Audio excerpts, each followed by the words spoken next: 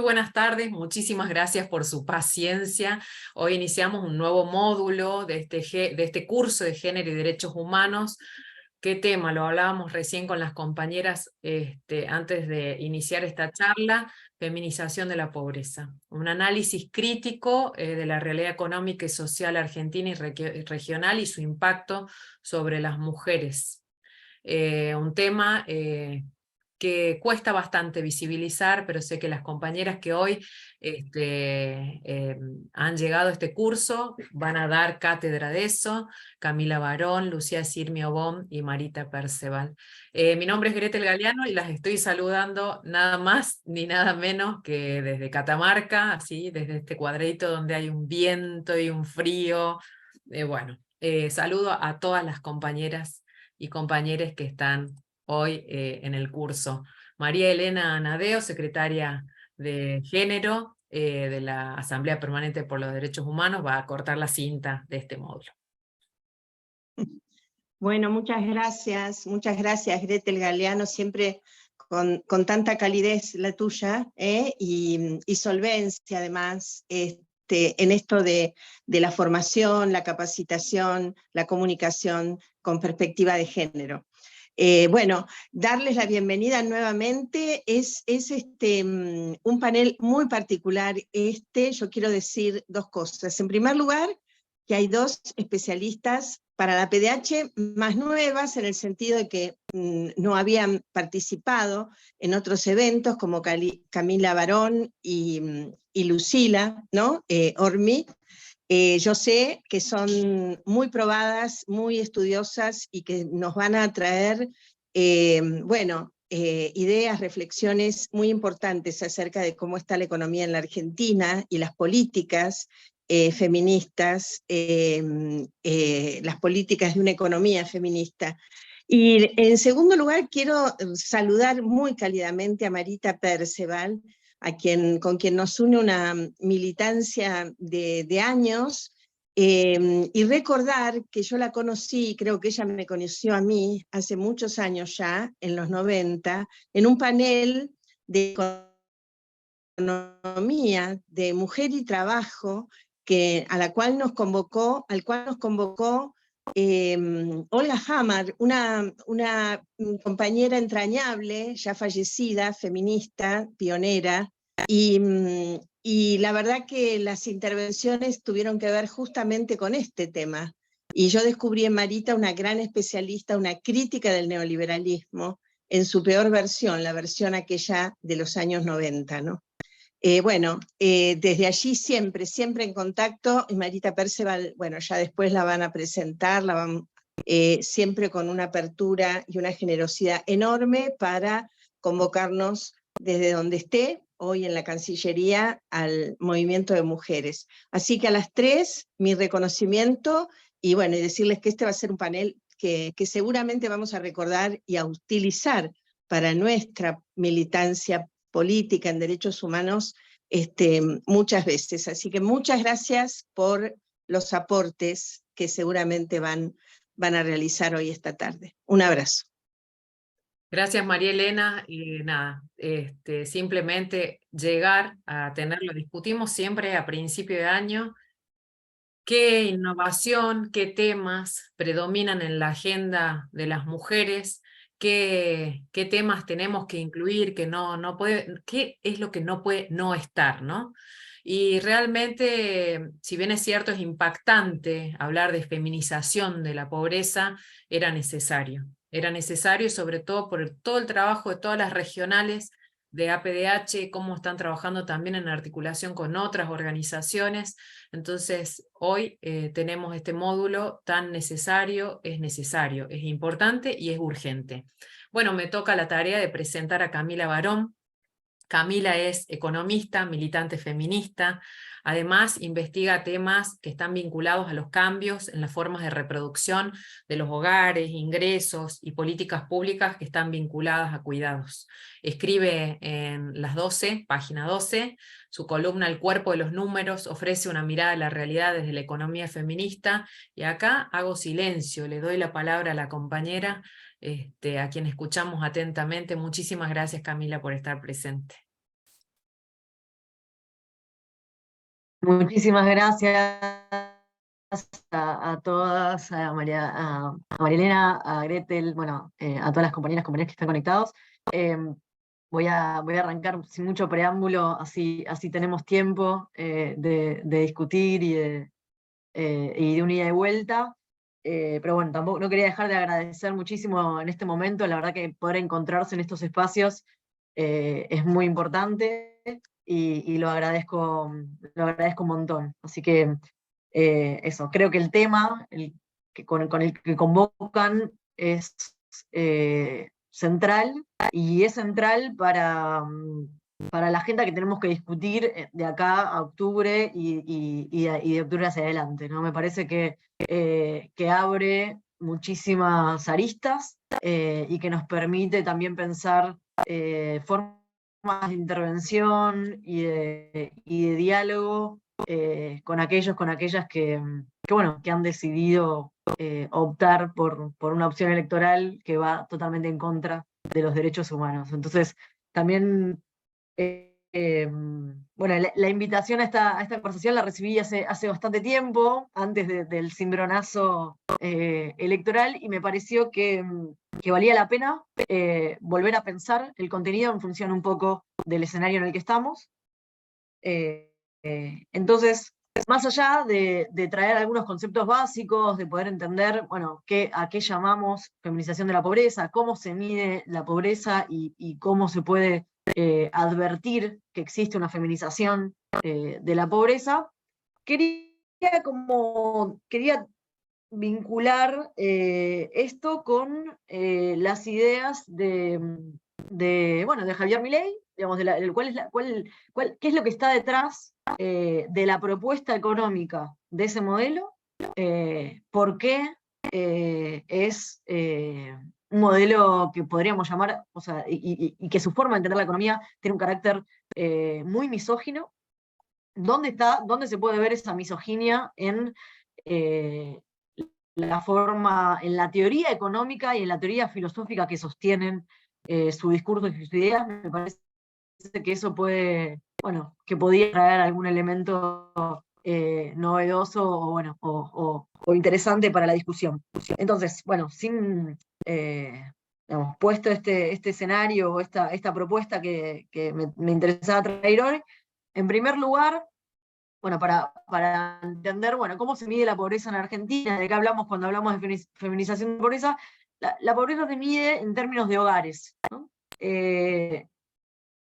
La, la línea de pobreza lo que mira es los ingresos de los hogares, o sea, cuando un hogar está por debajo de determinada línea que está definida por una canasta de consumo digamos, que realiza el INDEC. Entonces, cuando hablamos de feminización de la pobreza, el primer dato que surge o lo primero que se va a mirar es que hay una mayor incidencia de la pobreza en aquellos hogares liderados por mujeres, liderados en el sentido de que el ingreso mayor, digamos, lo tiene la mujer. Bueno, esos hogares, en donde en general hay menores, o sea, hay niñas y niñas adolescentes, tienen una mayor incidencia de la pobreza. Entonces, esa es como la primera foto que tenemos para entender, para pensar la pobreza, no desde el ingreso individual, sino desde el ingreso de los hogares. Por eso también, como sabemos, hay también una mayor incidencia de la pobreza en niños y niñas, porque los niños y niñas habitan en hogares pobres. Entonces las mujeres habitan más en hogares pobres, o en hogares que no logran un ingreso suficiente, y los niños, las niñas y adolescentes también habitan en estos hogares. Esto, por supuesto, no es ninguna casualidad, ¿no? La coincidencia entre que haya mujeres y que haya niños, y que sean los ingresos más bajos. Ahí podemos también introducir el concepto de pobreza de tiempo, ¿no? Cuando hablamos de feminización de la pobreza, y también algo que trae la economía feminista, y ahora, bueno, me voy a detener un poco de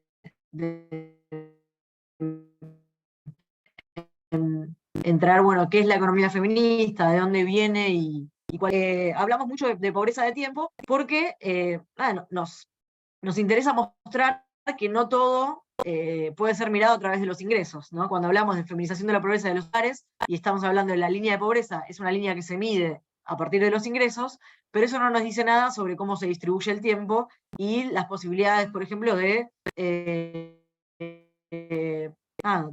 realizar una vida digna, digamos, de tener tiempo, incluso para cualquier actividad propia, también es un hecho. La pobreza de tiempo nos marca que, bueno, que el tiempo libre de las mujeres, por supuesto, mucho mejor, mucho peor, mucho mejor, mucho más bajo. Entonces, y esto también sirve para poder identificar, por ejemplo, la jornada total de trabajo, o lo pensamos cuando pensamos en la jornada total de trabajo, porque muchas veces hay un discurso digamos, que muestra o que quiere poner en evidencia que las mujeres dedican menos tiempo al trabajo remunerado y que, bueno, en realidad hay un varón proveedor que se está encargando del sacrificio, que está haciendo el sacrificio por fuera del hogar, y en realidad uno cuando va a mirar las estadísticas, tanto en Argentina como en otros lugares de América Latina, lo que se ve es que la jornada total de trabajo, cuando uno suma el tiempo de trabajo remunerado y no remunerado,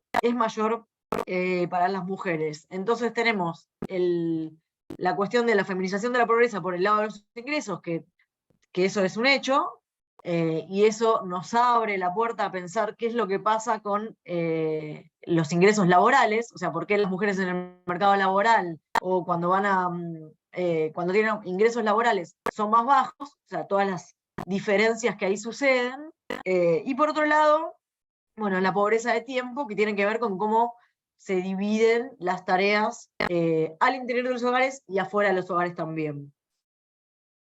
Entonces, dos situaciones, por un lado, ¿no? La situación en el trabajo remunerado y las responsabilidades al interior de los hogares. Este es como un pantallazo, un panorama general para, digamos, diagnosticar que existe la feminización de la pobreza, que eso está muy relacionado con la pobreza de tiempo, que eso está muy relacionado con la división social y sexual del trabajo al interior y afuera de los hogares. Ahora bien, les proponía entonces pensar, digamos, qué dice la escuela austríaca, que es, o sea, puede sonar un poco extraño, pero la escuela austríaca es la escuela económica a la que abona Javier Milei y de la que saca como sus ideas, ¿no? Y no solo la escuela austríaca, sino también en combinación con parte de la escuela neoclásica. O sea, hay un ida y vuelta, digamos, a pesar de que son escuelas distintas, en muchas cosas van de la mano. Lo que hace poco, escuchando a Milei, me enteré de que tenía en su casa un cuadro de 1,5 metros de un personaje que se llama Gary Becker. Gary Becker fue un premio Nobel de Economía que entre los años 60 y los años 80 escribió lo que se conoció como la nueva economía doméstica, o la nueva economía de la familia. ¿Qué es lo que plantea, digamos? ¿Qué es lo que trae Gary Becker? Bueno, es una forma de traer la teoría neoclásica a lo que sucede al interior de los hogares, ¿no?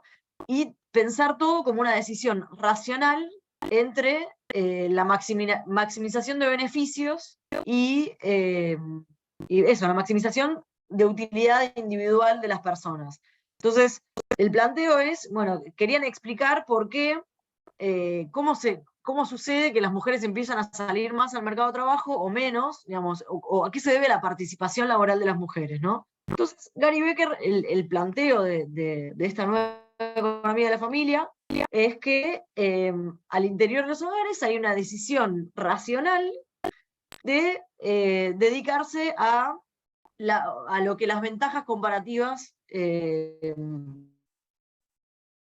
dicen. Entonces, digamos, siempre está analizado también desde un marco, o por supuesto, heteronormativo, con una familia tipo, un varón, una mujer y los niñas, donde hay una decisión racional de los individuos de dedicar al trabajo doméstico, o sea, que las mujeres se dediquen al trabajo doméstico y que los varones se dediquen a buscar el ingreso en el trabajo remunerado fuera de los hogares. Entonces, esto sería una decisión racional que tiene que ver con quién es mejor para cada cosa, ¿no? Como eso de considerar de alguna manera natural esa división del trabajo. Me pareció muy importante traer esto porque nos habla de cuál es la idea que tienen respecto de cómo se debe organizar la economía en su conjunto, ¿no? Y esto es un aporte de la teoría neoclásica, ¿no? O sea, Gary Becker es un exponente de la teoría neoclásica, donde existe esta elección racional entre las personas eligen entre ocio y trabajo, ¿no? Cuánto dedican al ocio y el trabajo, y eso marca, digamos, cómo se conforma después el mercado de trabajo. Y en el caso de los hogares, bueno, hay una decisión de, bueno, quién hace tal o cual tarea, y esto da como resultado esa división rígida de elecciones y de división entre varones y mujeres. Ahora bien, ¿qué pasa cuando a esto le sumamos el pensamiento de la escuela austríaca? ¿Cuál es el pensamiento de la escuela austríaca? La escuela austríaca tiene origen a fines del siglo XIX, principio del siglo XX. Es una escuela que ha sido muy marginal en el último tiempo, o sea, sigue siendo muy marginal en términos académicos y en términos de producción teórica, lo cual también es muy extraño, ¿no? Es una locura o es muy loco pensar que en tanto exponente o en tanto economista que ha tenido tanto lugar y exposición en los medios, pueda venir como, bueno, estas ideas que han estado fuera de discusión durante tanto tiempo. Bueno, la escuela austríaca lo que plantea es básicamente y discute mucho contra las dos escuelas. La escuela austríaca tiene dos enemigos principales, que son el marxismo y el keynesianismo, ¿no? Luego, entonces discuten contra la idea del Estado, o sea, que plantean que el Estado no debe ni siquiera existir, o sea, que nada debe estar librado al Estado, y debe ser lo mínimo y lo mínimo y lo mínimo. O sea, hay autores que incluso plantean la destrucción total del Estado. Y por otro lado, el keynesianismo,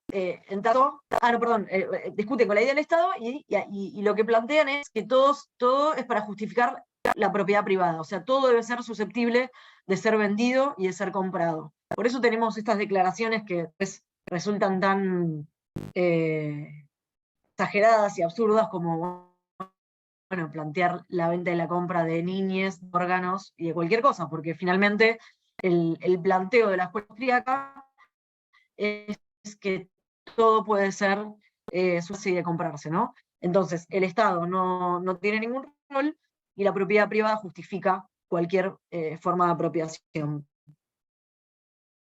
¿Qué tenemos como resultado entonces? En la descripción que estábamos haciendo de esta situación de los hogares, de la feminización de la pobreza, etcétera, ¿no? Bueno, lo que está detrás de este planteo es que esa supuesta especialización de los varones en el mercado y de las mujeres cuidando, digamos, no hay que intervenir de ningún modo, o sea, no hay nada que hacer para mejorar la situación de las mujeres, o sea, cada uno, digamos, tiene lo que merece o lo que aportó, con lo cual cualquier forma de intención de cambiar esa distribución desigual que nosotras vemos y planteamos y consideramos que hay que, para la cual hay que pensar un montón de formas de intervención, no debería hacerse nada, ¿no? Y debería naturalmente dejarse que esa forma de distribución del trabajo de cuidados, del trabajo fuera de los hogares, se haga, digamos, sin ningún tipo de intervención para mejorar una desigualdad estructural que es la que nosotras solemos mostrar y la que, digamos, a partir de la cual hemos tomado impulso para proponer un montón de políticas y de intervenciones a favor de la vida y de la autonomía económica de las mujeres, ¿no? Porque si hay algo que hemos entendido en el último tiempo es que esa autonomía económica no sucede sola, digamos. No es el mercado la que ha logrado o la que ha impulsado esa autonomía económica que hemos ido logrando. Y además, sabemos que esa autonomía económica que se fue logrando en el último tiempo y que está asociada a una mayor participación en el mercado de trabajo, ha tenido como correlato esta otra cuestión, que es la feminización de la pobreza, y que es una gran diferencia también entre los distintos hogares, ¿no? Porque si nosotros vamos a ver la participación laboral y por ende los ingresos y la autonomía económica en los distintos quintiles de ingresos, es muy evidente cómo en los ingresos, en los hogares de ingresos más altos, hay una posibilidad de continuar participando en el mercado de trabajo, de tener ingresos laborales, de contratar servicios privados para resolver tareas de cuidado, y en los hogares de menores ingresos eso no sucede. Sucede lo que sí sucede, esta división rígida, que es la que plantea como natural y como biológicamente defendible una persona como Javier Milei, donde lo que se da es que las mujeres quedan fijadas en esas tareas de cuidado sin tener mucha posibilidad de decidir sobre otra forma, porque, bueno, porque el mercado afuera paga menos por ese trabajo. Entonces, eso, digamos, no hay forma de decir, bueno, es una decisión de conveniencias. Milei te va a decir, bueno, es una decisión racional, obviamente. Digamos, si el varón va a ir al mercado de trabajo y va a ganar más, ¿por qué va a salir la mujer a trabajar? Digamos, ¿no? Entonces, eso que el mercado hace por sí mismo, y nosotros pensamos que por eso hay que modificar las leyes laborales para favorecer los derechos laborales de las mujeres, para favorecer la contratación en empleos registrados, para favorecer la autonomía económica, digamos, y que las mujeres tengan ingresos propios, ¿no? Que tengan ingresos propios aún en los hogares donde eso no sucede. Digamos, son todas cuestiones que son muy contrarias a cualquier idea que piensa que hay que destruir el Estado y que la intervención del mercado por sí misma digamos, genera situaciones deseables, ¿no? Entonces, bueno, me parecía que había que traerlo, y que también eso, digamos, esto me parece importante también para entender por qué los feminismos y la organización de las mujeres en general ha sido tan blanco de crítica de las militancias alrededor de la Libertad Avanza y de Milei, ¿no? No es menor, digamos, hace años que detrás de estos personajes hay particular interés por discutir contra los feminismos, porque, y yo ahí también, digamos, me parece que hay que discutir, por ejemplo, dos cosas elementales, que son cómo hemos podido ampliar la idea de libertad, por un lado, y cómo hemos puesto también en el centro de la discusión de la política las ideas de igualdad. O sea, ¿a qué nos referimos con el trato igualitario, ¿no? Porque del otro lado se está proponiendo una idea de libertad que en realidad no libera a nadie, ¿no? Que simplemente fija una determinada distribución del ingreso, que fija una determinada distribución de la riqueza y de la propiedad, tal como está, ¿no? Como muy desigual. Y también esto, una idea de igualdad que es falsa, porque plantean que, que la igualdad ante la ley es que no exista trato diferencial, para cuando nosotros pensamos que el trato diferencial es para reparar las desigualdades que ese sistema ha venido reproduciendo. Entonces, me parece que hay una tarea, bueno, que por este tiempo vale la pena discutir, ir a leer lo que dicen del otro lado, también para reforzar lo que nosotras hemos podido ir construyendo en este tiempo y que hace también a la fortaleza. Y por ahí alguna cosita más me interesaba, no sé cómo estoy de tiempo, no miré la hora al iniciar. tenés para cerrar, sí, un par de minutos. Ya está Bueno, Lucía en línea, así que tranqui, sí. buenísimo. No, me parecía que también hay en estos análisis que creo que son necesarios, ¿no? De entender, por un lado, quiénes han elegido electoralmente esta opción, por otro lado, quiénes están como militando este tipo de discursos y cómo poder intervenir, cómo poder dialogar. ¿Qué pasa con los cuidados en esto, no? O sea, ¿por qué es una militancia tan masculina, ¿no? Más allá de que han querido en el último tiempo mostrar que hay mujeres en la libertad avanza, ¿no? Y que bueno, que son parte, también es qué modelo de mujer se está proponiendo de ese lado, ¿no? ¿Qué tipo de modelo de mujer se construye ahí? ¿Y qué pasa con los cuidados, ¿no? Y con la interdependencia y con los conceptos que nosotros hemos venido trabajando y poniendo en agenda, que tienen que ver con la sostenibilidad de la vida, que es un concepto que trae la economía feminista, ¿no? La interdependencia de decir, bueno, nadie vive solo, nadie se salva solo, ese individualismo que tiene que ver también con esta filosofía y con esta forma de entender la economía individualmente, ¿no? Que las sujetos son decisores racionales y deciden individualmente cómo comportarse. Me parece que ahí, bueno, hay algo para pensar de por qué hemos sido también las mujeres las que en todo el continente, no solo en Argentina, hemos estado también defendiendo los procesos democráticos, defendiendo la sostenibilidad de la vida por las opciones que van a destruir, ¿no? Los lazos comunitarios, el rol del Estado en tanto la posibilidad de esto, de pensar una conciliación más amena entre el trabajo y la vida, etcétera, etcétera. Así que ahí también, bueno, ¿por qué? ¿A quién ha cuidado Milei? Es una gran pregunta que creo que nos podemos hacer, y si es que alguna vez ha cuidado de alguien más que de sus perros, que quizás, quizás ahí hay un cuidado interespecie, pero bueno, va a cuidar a alguna persona. Hay algo ahí para pensar en esto, ¿no? En qué modelo de varón, de mujer y de construcción social y filosófica nos están proponiendo. Muchísimas gracias, Camila. No sé si viste, pero estábamos como todas muy atentas y tomando notas. Creo que la parte del intercambio con ustedes va a ser muy, pero muy rica, muy enriquecedora. Gracias por cumplir el tiempo. Bueno, desde Costa Rica, yo la saludo desde Catamarca, hay gente de Misiones, de Santiago del Estero. La estamos saludando, por supuesto, a Marta Montero, una gran compañera. Y ahora me toca la gran tarea, ¿sí?, de presentar a la siguiente invitada.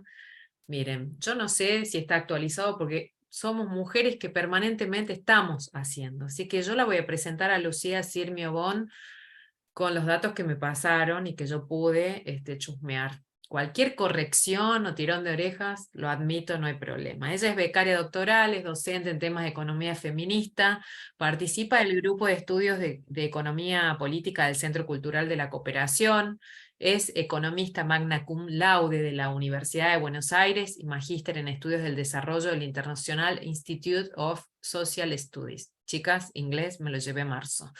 También trabajó en el diseño y la coordinación del Progresar, así como de otras políticas públicas, tanto en el ámbito del Ejecutivo como el Legislativo. Lo que más me gustó de su bio es que dice: piensa que todos estos títulos no valen nada si no están puestos al servicio de una sociedad más igualitaria en todos los sentidos, y creo entender, o al menos interpretar, que Camila, cuando hizo su cierre, hizo referencia también a eso.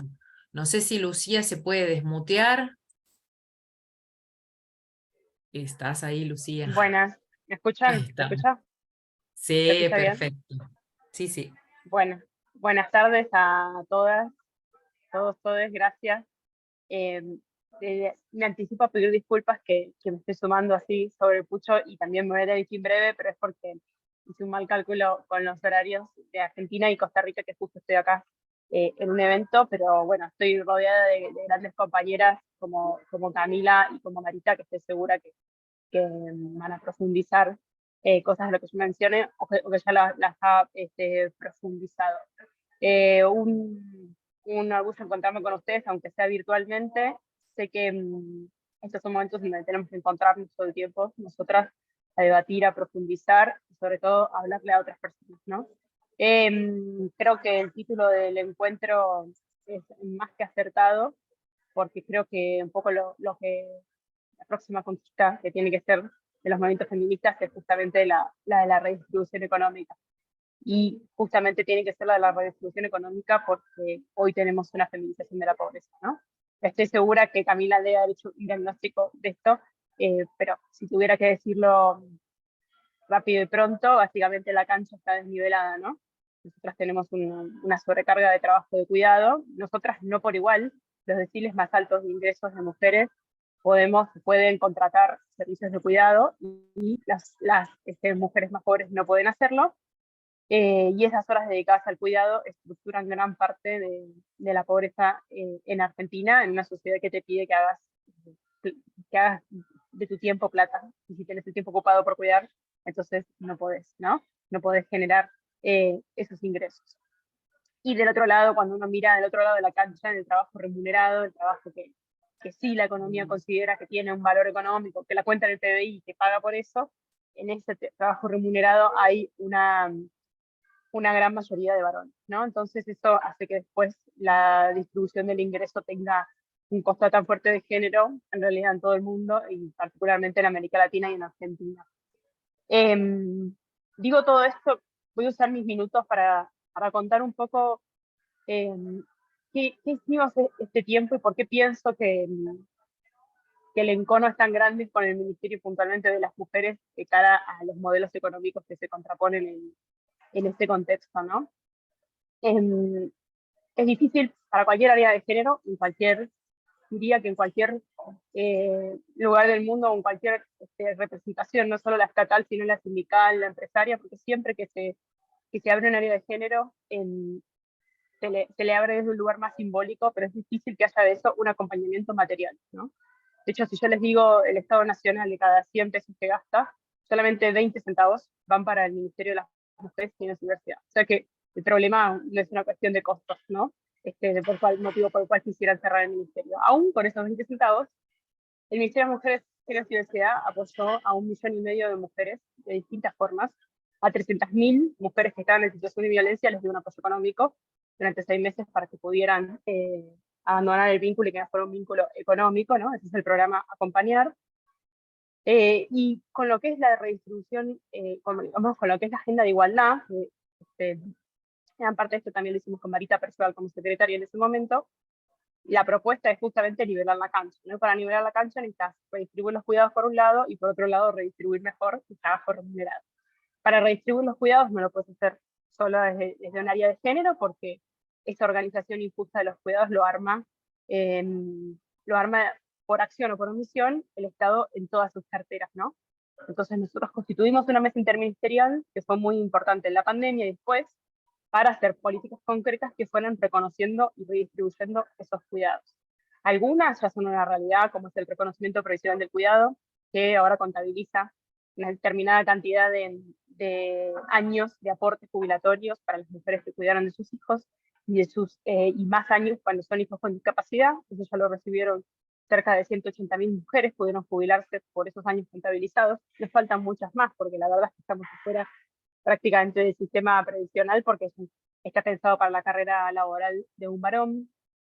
Con el programa de infraestructura de cuidados de obras públicas se construyeron más de 360 centros de desarrollo infantil. Esto es muy importante porque falta mucha infraestructura de cuidado en la Argentina, y justo entre los 0 y los 3 años de nuestros hijos es donde más nosotras nos quedamos en casa y no podemos ir a trabajar. La mitad de las mujeres quedan afuera del mercado de trabajo justo en la edad de sus hijos entre 0 y 3, que es donde no está la educación obligatoria. Con el programa de infraestructura de cuidado se construyeron todos estos espacios y hay otros más o menos 500 proyectos más cerrándose. Además, el Ministerio de Educación también sumó lo suyo con 290 jardines nuevos.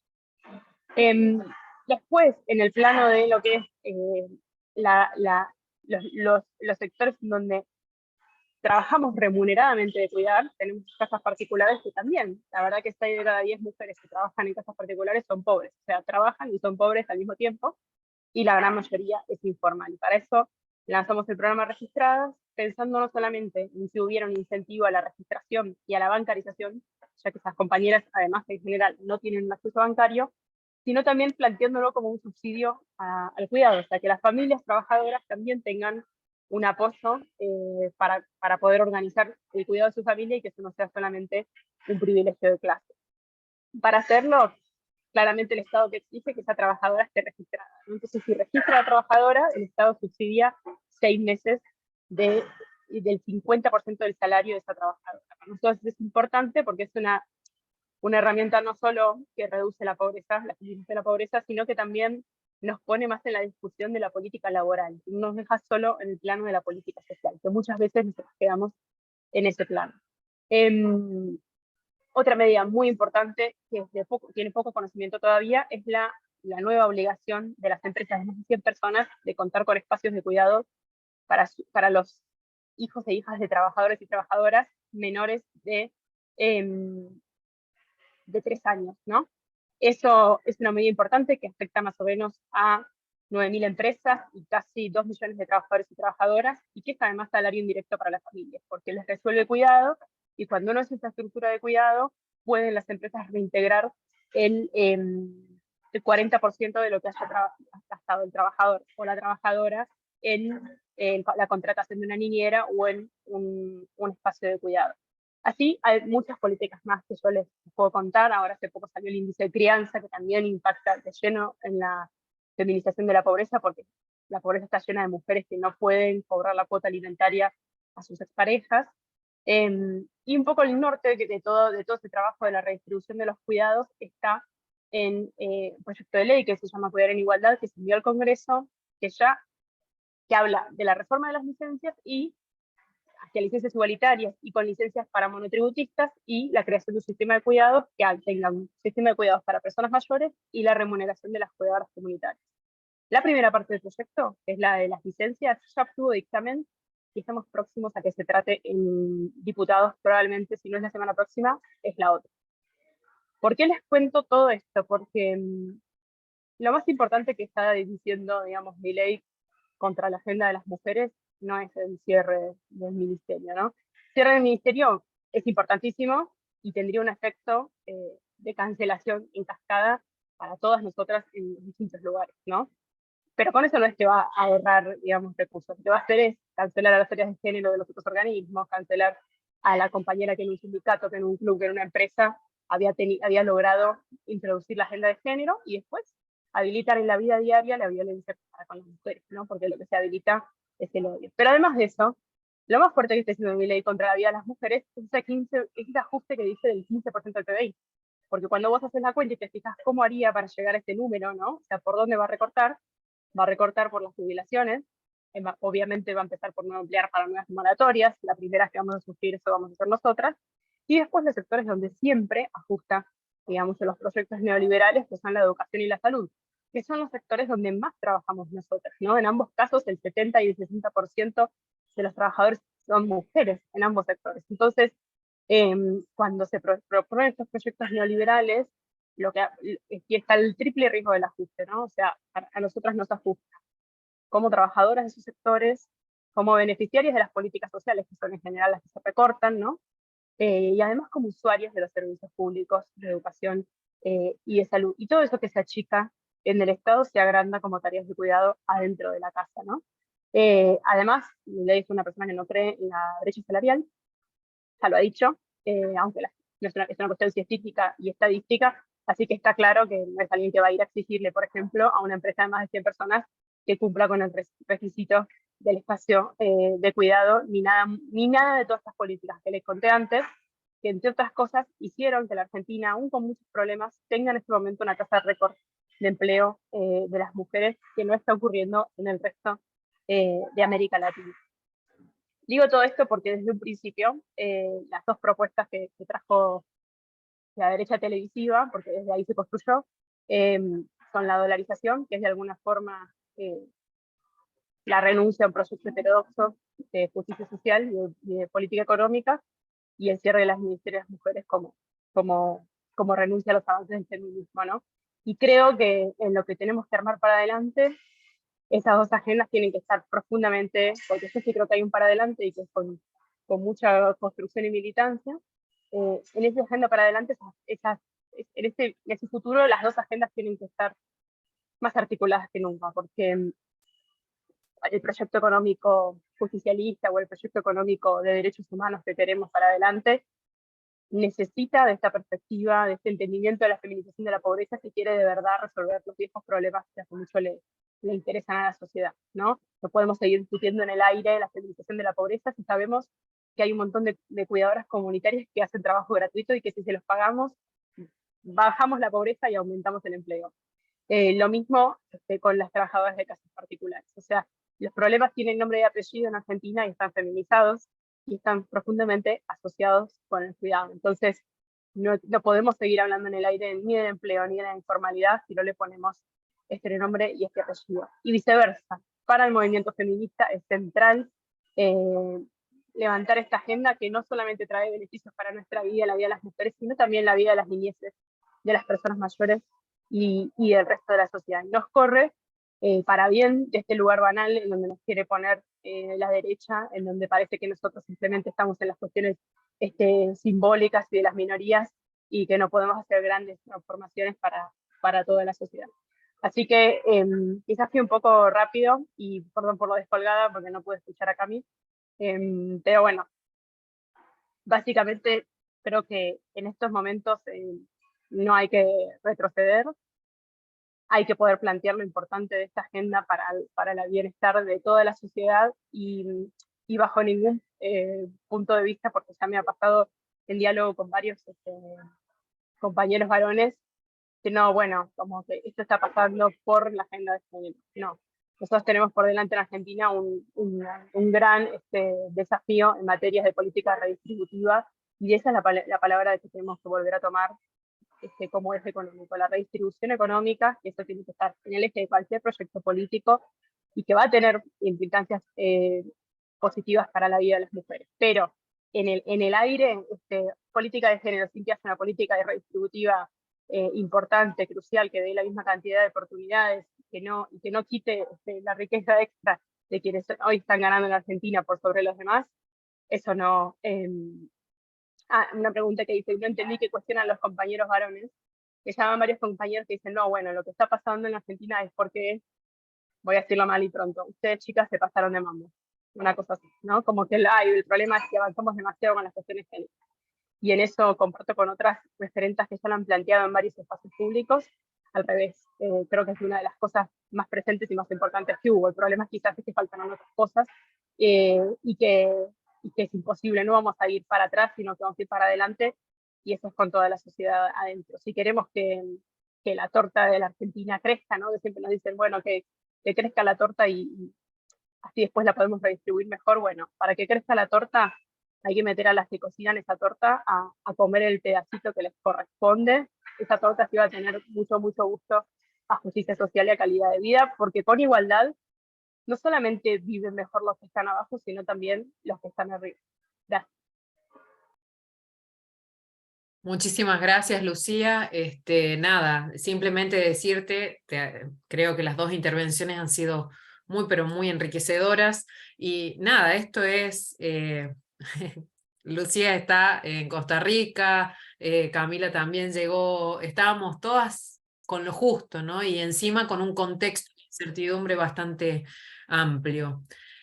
Bueno, voy a tener una coequiper hermosa hoy, que es María Elena, que después que termine Marita, vamos a comenzar a interactuar con ustedes en el chat, que ya vemos que hay algunos aportes clarísimas, es verdad, clarísimas ambas, tanto por decir, pero bueno, ahora me toca presentar a Marita y estoy viendo, no quiero, viste, cuando voy a decir, no quiero meter la pata, menos, por favor, que salga todo bien. Me debería poner los lentes, pero bueno, voy a presentar a la embajadora María Cristina Perceval, para nosotros la querida Marita. Filósofa, docente graduada de la Universidad Nacional de Cuyo, epistemóloga, especialista en feminismo, seguridad internacional y derechos humanos. Se desempeñó como senadora nacional por la provincia de Mendoza entre los años 2001 y 2009. Fue la primera mujer presidenta de la Comisión de Defensa, fue creadora de la Banca de las Mujeres en el Senado, autora de proyectos de ley contra la violencia contra las mujeres, entre ellos Prevención y Sanción de la Trata Humana en 2008 y Prevención y Sanción de la Violencia contra la Mujer en el año 2009. Impulsó la Ley de Protección Integral de Niños, Niñas, Adolescentes, la Ley de Centros de Desarrollo Infantil, la ratificación del Protocolo de la CEDAW, entre otras. Entre el año 2010 y el 2012 asumió como subsecretaria para la promoción de los derechos humanos de la República Argentina y fue la primera mujer representante permanente de la República Argentina ante Naciones Unidas entre 2012 y 2015. Vale decir también, mientras Marita se va desmuteando, que ha sido una de las promotoras más valientes que hemos tenido el año pasado para llevar adelante el foro, ¿no? El foro feminista en el marco de la conferencia latinoamericana y del Caribe de la mujer, ¿no? De la CEPAL, que nos ha reunido a mujeres de toda Latinoamérica, que ha hecho posible que estuviéramos todas las mujeres de distintos puntos con roles, ¿no? Con roles, con compromiso, y la verdad que para mí eso ha sido muy, pero muy enriquecedor y muy constructivo. Marita, todo tuyo. Bueno, muchísimas gracias. Muchas gracias, Gretel. Abrazo, María Elena. Alegría de compartir con Camila, con Lucía. Pura vida, pues, Lucía. Mandale un abrazo a las amigas de Costa Rica. A quienes y con quienes estamos compartiendo este espacio, quiero empezar como feminista, activista y política con 3 convicciones expresadas como declaración rebelde. Estamos en un ámbito donde el fundador, uno de sus fundadores, Jaime de Nevares, dijo: sin justicia nunca habrá paz. En donde pedimos libertad para Milagros Salas, exigimos libertad para Milagros Salas. Y también sororidad estratégica para las maloneras, quienes nos dicen y dicen: a pesar de las condiciones crueles, nos sobra dignidad. No hay democracia con extractivismo y represión. Y quiero también, en el homenaje y recuerdo de Susana Pérez Gallar, madre de línea fundadora, también una de las inspiradoras de la APDH, decir con firmeza y claridad: porque son 30.000, porque fue genocidio y el único terrorismo fue estatal. Permitiéndome estas convicciones y estas posiciones desde donde pensamos y actuamos el feminismo como proyecto de vida y horizonte emancipador, es que, claro, mi mirada está en cómo ponemos lo internacional a jugar en nuestras realidades cotidianas. Lo primero, decirles que estamos en un mundo en donde el Tratado de Control de Armas Nucleares expira en el 2026, donde se había comprometido el uso pacífico de las armas nucleares, y en un escenario de desconfianza recíproca, competencia desmesurada y conversaciones absurdas, estamos a un tris de no renovar este tratado de control de armas nucleares. Te recuerdo esto porque una de las voces que surge con claridad y contundencia exigiendo paz y desnuclearización fue la del feminismo latinoamericano y caribeño y el feminismo del mundo entero. Por eso es que también fueron voces feministas las que llevaron a Tlatelolco en 1967 a proscribir las armas nucleares en América Latina y el Caribe y solo utilizar la energía nuclear con fines pacíficos. Indudablemente, si el horizonte es la igualdad, y si la igualdad es considerada un principio normativo, un horizonte estratégico del desarrollo y una condición central, no solo para la superación de la pobreza, sino también para el ejercicio efectivo de los derechos humanos, entonces lo que cabe pensar y nos convoca a pensar hoy es la matriz de la desigualdad de género. ¿Qué confluye en la matriz de la desigualdad? Y es en esta intersección de múltiples discriminaciones, asimetrías, es donde vamos a descubrir los núcleos duros de la pobreza, de la exclusión, que hace que persista y se reproduzca el patriarcado, los modelos excluyentes del capitalismo liberal neofinanciero y también la prepotencia de un poder que se conjuga en privilegio. El feminismo en América Latina y el Caribe, a diferencia de otros feminismos, surge asociado a causas hasta hoy que nos constituyen y convocan. Nosotros no hablamos de equal opportunities, no hablamos de igualdad de oportunidades, no hablamos de que queremos romper el techo de cristal. ¿Qué techo de cristal queremos romper? ¿Para ser CEOs de las empresas que nos explotan?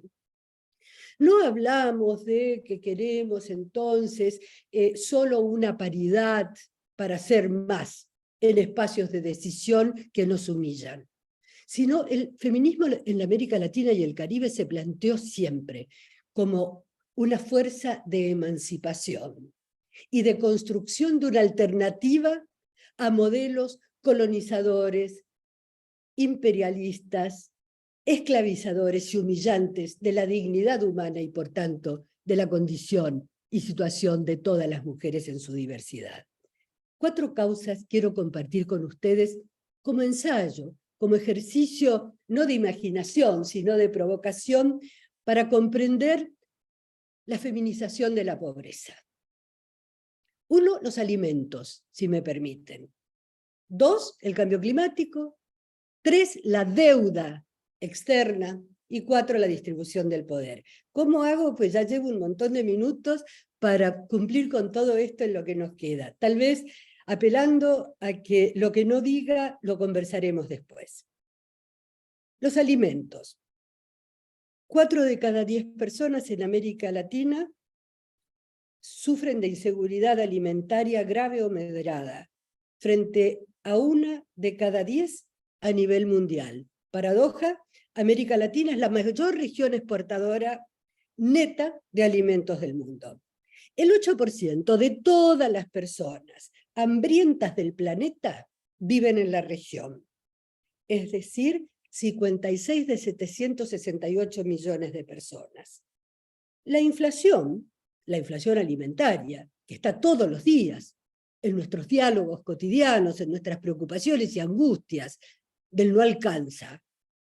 La inflación alimentaria afecta sobre todo los ingresos de las familias más pobres, que gastan en la región de América Latina y el Caribe una media de 40% de sus ingresos en alimentos y energía.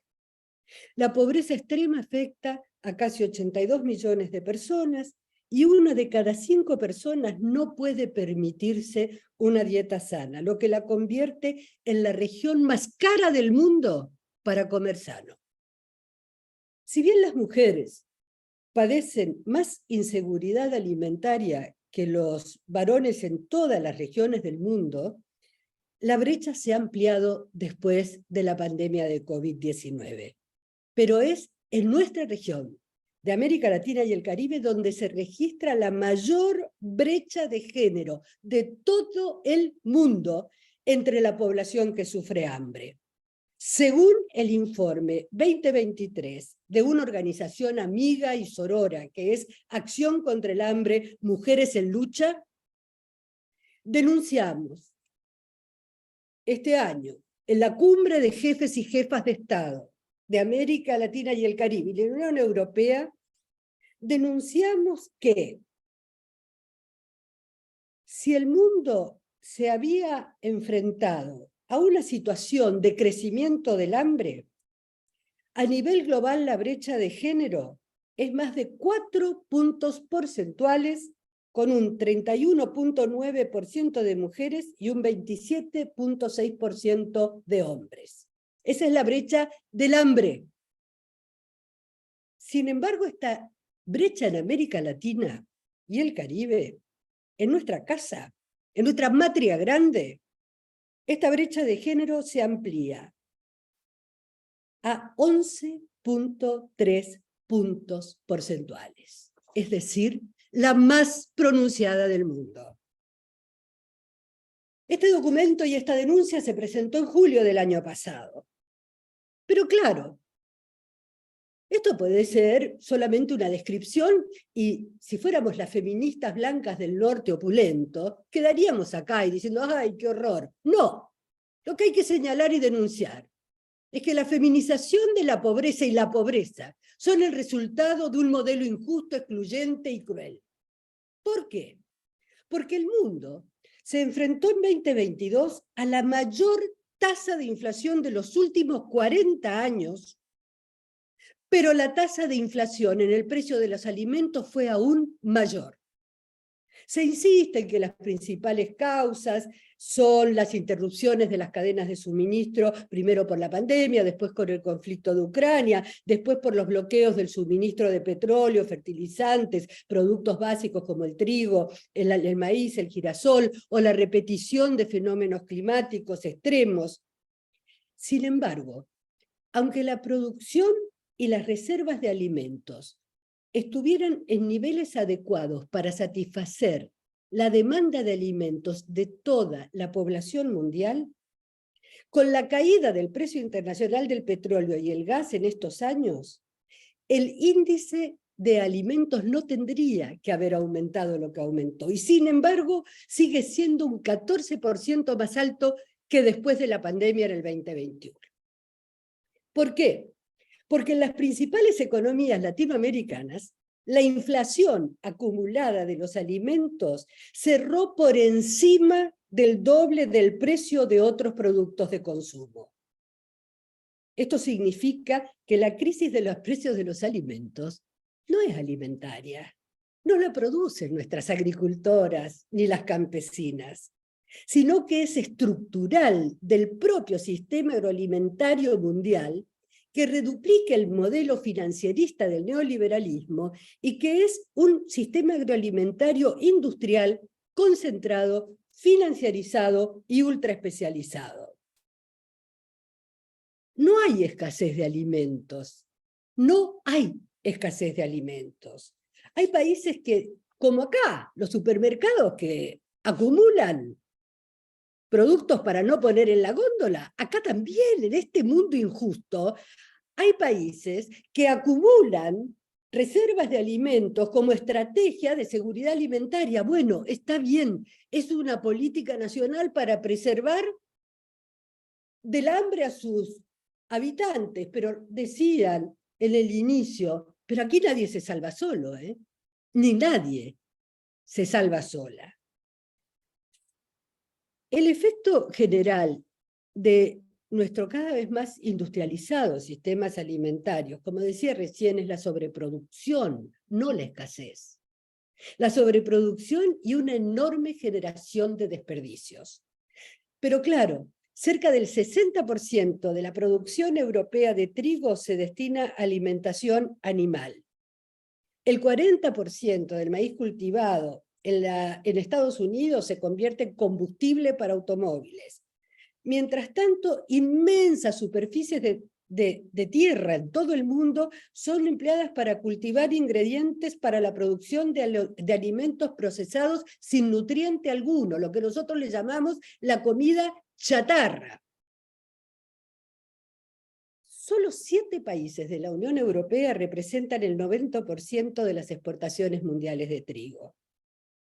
Con lo cual, la crisis mundial de los alimentos y de sus precios no comenzó con la guerra de Ucrania, sino que es el resultado de muchos problemas interconectados, la pandemia, la crisis climática, pero sobre todo, y en primer lugar yo pondría la especulación en los mercados financieros. Especulación que está desvinculada tanto de la producción como del abastecimiento. ¿Quiénes están en esa especulación? Los compradores de fondos, los que apuestan a los mercados de futuro, los precios de futuro de determinadas materias primas. Y desde allí, en la timba financiera, inciden desde el Wall Street en el precio de los alimentos. Esto es también lo que ha cambiado en el capitalismo depredador o en el capitalismo caníbal, como dice Nancy Fraser. El problema es que cuando queremos regular dichos fondos, absolutamente la industria financiera sabotea totalmente cualquier intento de regulación. Con lo cual el problema, como en otros asuntos, que hoy tenemos que afrontar las feministas y toda persona activista de derechos humanos, es la anomia y la ausencia fundamental de regulación sobre la que se construyen las crueldades del mercado. Porque si a esto le sumamos el impacto del cambio climático, vemos que indudablemente la agricultura se hace más cara, los créditos se hacen más inaccesibles, ponen menos fertilizantes las campesinas, las familias campesinas, entonces los productos no tienen la misma calidad, entonces baja el precio, entonces la pobreza. Sin embargo, muchos gobiernos que están ahogados por las deudas, como el nuestro, resulta difícil y costoso subsidiar la canasta básica de alimentos, porque cuando lo hacen empiezan a ser asediados por los acreedores. ¿O acaso nos está asediando el Fondo Monetario Internacional? ¿O acaso no nos está asediando los fondos como el fondo BlackRock? Y en su momento, cuando yo era embajadora ante Naciones Unidas, siendo presidenta Cristina, trabajamos la resolución de fondos buitre para terminar con esta especulación de estos tenedores de bonos que rompen la soberanía, arrasan la dignidad de los pueblos y reproducen la pobreza. La apuesta financiera es capturar grandes tractos de tierra. ¿Para qué? Para aumentar la producción de materias agrícolas que sustentan los sistemas alimentarios empobrecidos. Cuando fui senadora trabajamos en una ley 26.737 que ponía un tope a la extranjerización de la tierra. ¿Saben qué pasó con el gobierno que asumió siendo presidente Macri? Y derogaron partes sustantivas de esta ley para que la tierra no sea de quienes la trabajan, sino de quienes la quieren comprar. La mitad de la tierra de la región de América Latina y el Caribe está en manos de 1% de grandes terratenientes. La mayor parte de la producción de estas tierras se destina a exportación. Esto hace que seamos también la región más dependiente de fertilizantes.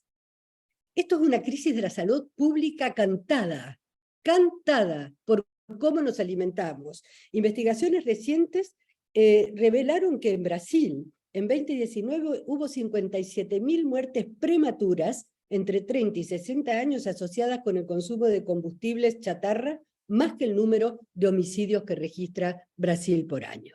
Voy a cambio climático rápidamente. Cambio climático, ustedes saben que tiene un impacto diferencial generalizado. Las mujeres ven restringidas sus actividades económicas y fuentes de sustento, debiendo enfrentar barreras como el acceso a recursos productivos, el crédito, la tierra, el agua, la capacitación, las tecnologías, el tiempo. Las mujeres entre los desplazados ambientales son mayoría, 8 de cada 10 desplazados ambientales son mujeres y niñas. Para 2050 se calcula que los impactos del cambio climático provocarán entre 25 y 1.000 millones de migrantes ambientales. El 80% van a ser niñas y mujeres. El cambio climático, por lo tanto, es un multiplicador de las condiciones que estructuran situaciones de pobreza.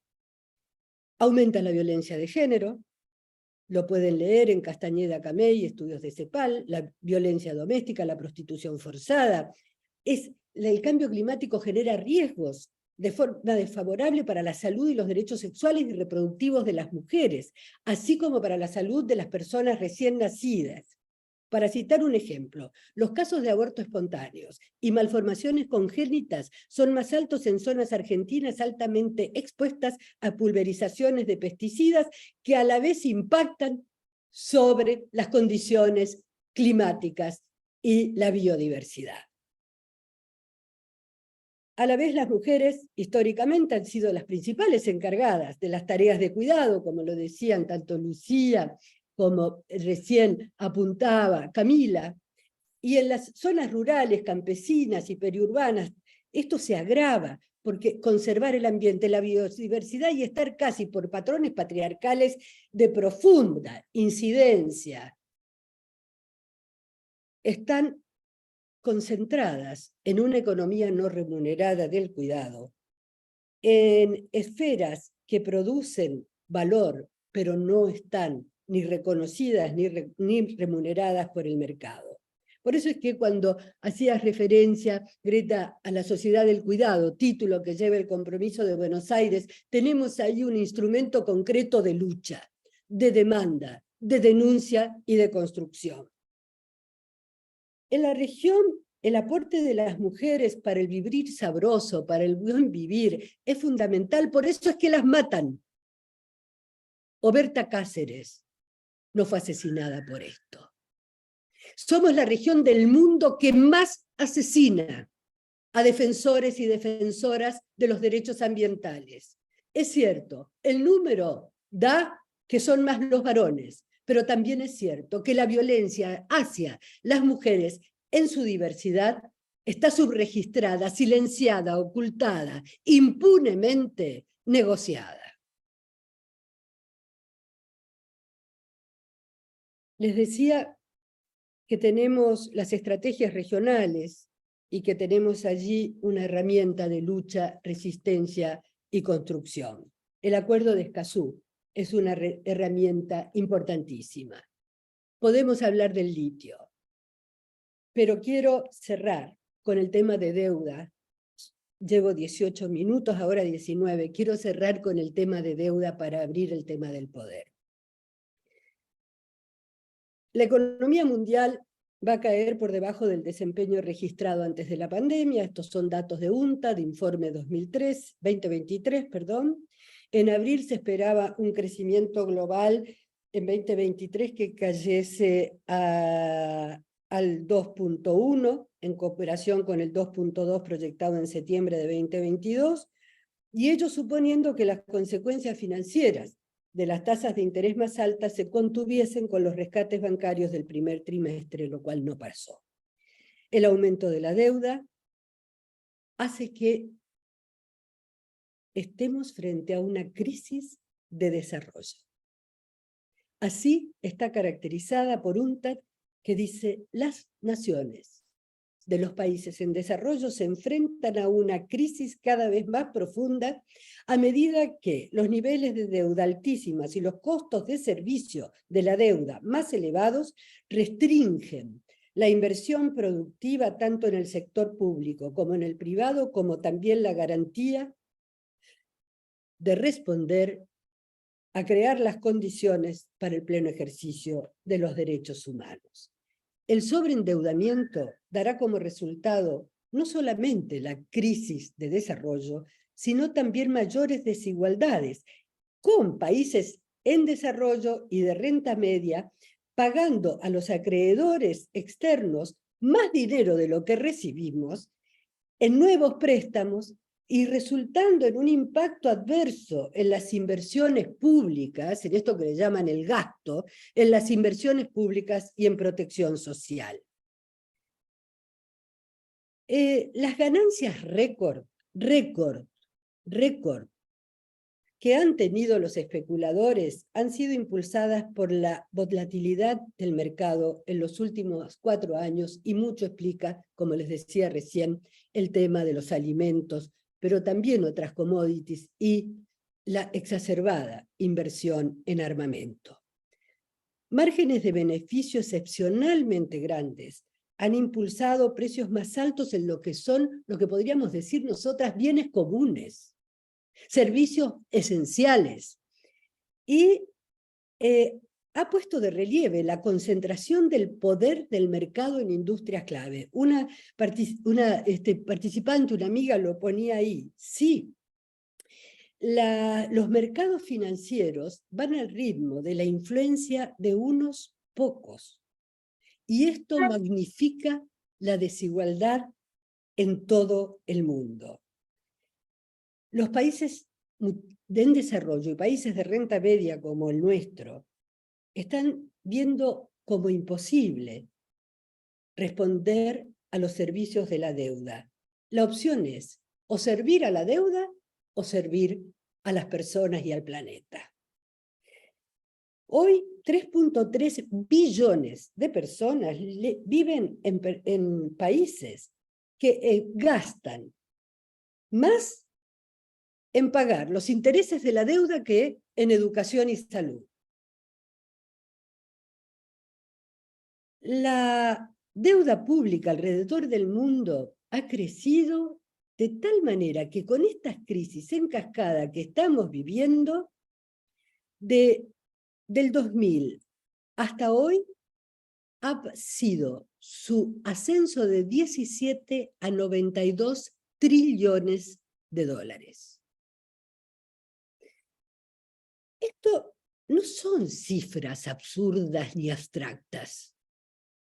Son el rostro de la desigualdad y de la perpetuación de la pobreza de los países en desarrollo, y dentro de eso en sus poblaciones de las mujeres y las niñas y otras comunidades y grupos especialmente vulnerables a los shocks de estas maniobras especulativas de la economía financiarizada del imperialismo global.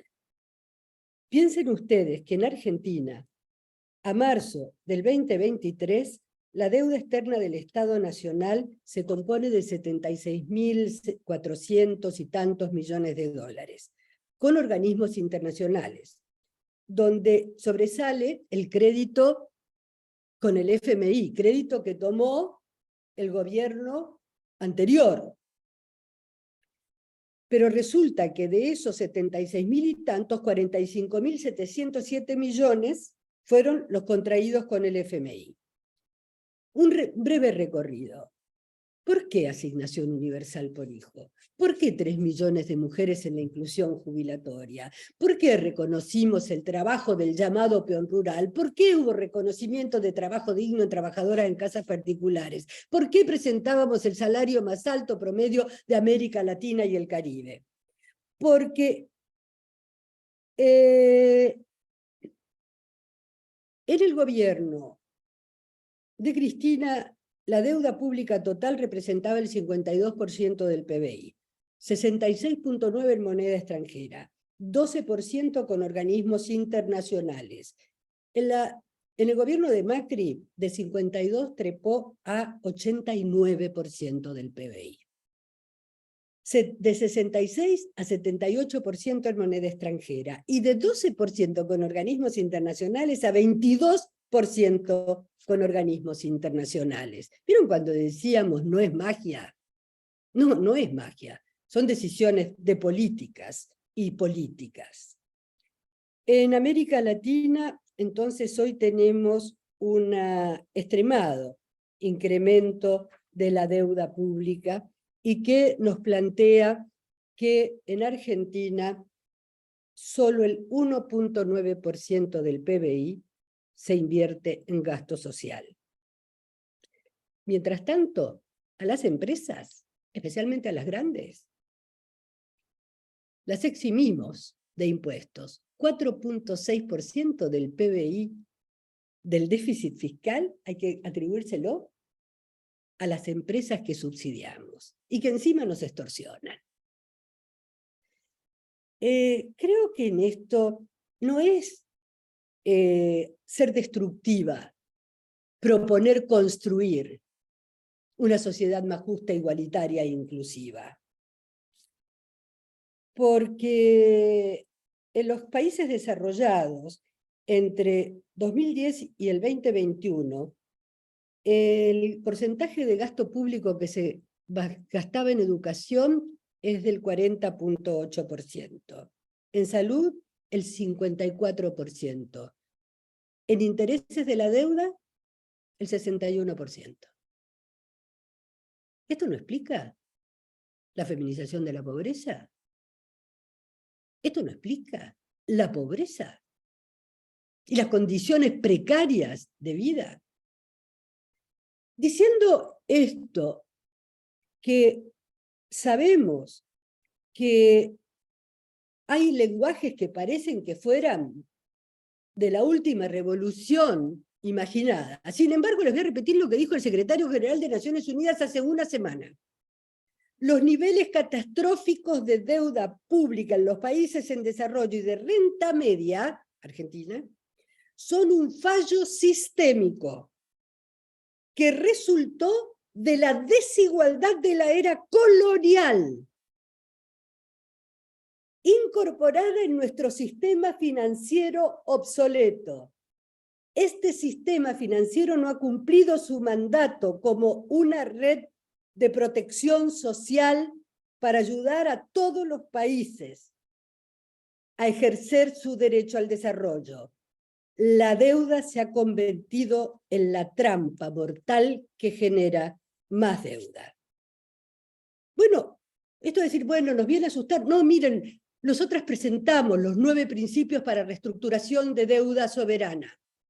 Hay que recuperar coraje si somos feministas, porque ¿saben qué pasó? El país que lo propuso en la Asamblea de Naciones Unidas, el país que logró esa resolución para que hubiera criterios para reestructurar las deudas soberanas, fue el país que cuando cambió el gobierno, en la primera sesión del gobierno de Macri, el Parlamento derogó la adhesión a los 9 principios de reestructuración de deuda soberana.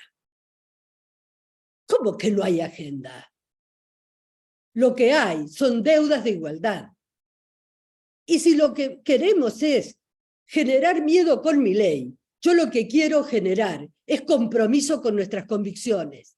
O vamos a estar en el posibilismo de la correlación de fuerzas. ¿Había correlación de fuerzas cuando las madres y las abuelas salieron a reclamar aparición con vida?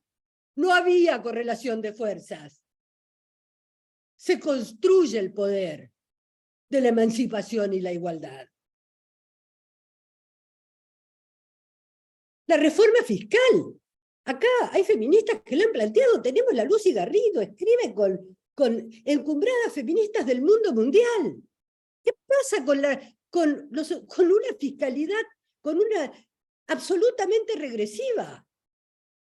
¿Acaso nos da miedo? ¿Acaso nos da miedo avanzar como los países de la OCDE? No estoy diciendo como el subcomandante Marcos.